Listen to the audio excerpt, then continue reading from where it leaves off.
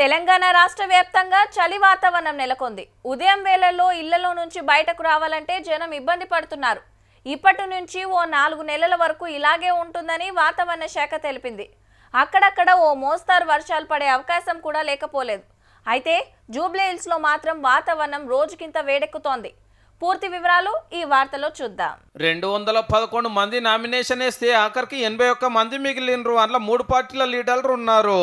అందరు కాయిదాలు చెకింగ్ చేసి కరెక్ట్ లేని 130 మంది కొట్టేసి ఆఫీసర్లు ఉన్నోళ్ళ దాంట్లో కూడా ఎవరన్నా మా తోటి కాదనుకుంటే రేపు పేపర్లు వాపస్ తీసుకోవచ్చు. పోటీలో చాలా మంది ఉన్నారు కాబట్టి ఓట్ల మిషన్ పెట్టుడు కాని పని బ్యాలెట్ పేపర్ తెస్తారనే ప్రచారం నడుస్తుంది కదా. ఇదే మాట ఆఫీసర్లను అడిగితే మన దగ్గర 81 ఉన్నారు.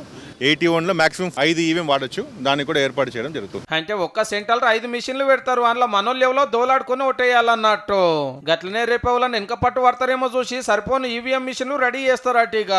ఇక ప్రచారం ముచ్చటకు వస్తే 3 పార్టీలు బాగానే కష్టపడుతున్నాయి. గల్లీ గల్లీకి పోతున్నారు, బస్తీ బస్తీ తిరుగుతున్నారు.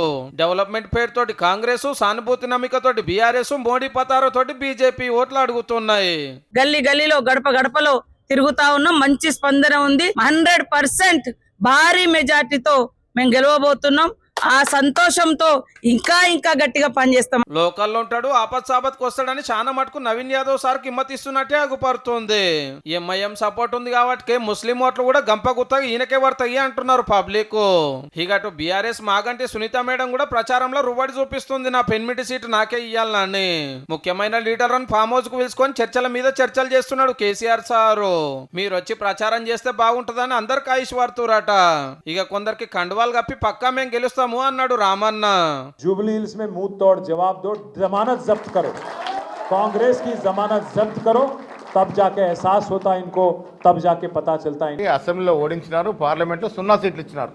రేపు జూబ్లీస్ కూడా అదే 0 రాబోతా ఉంది మీకు. అట్రోకు బీజేపీ దీపక్ రెడ్డి సార్గిన ప్రచారం జోరు వేస్తున్నాడు.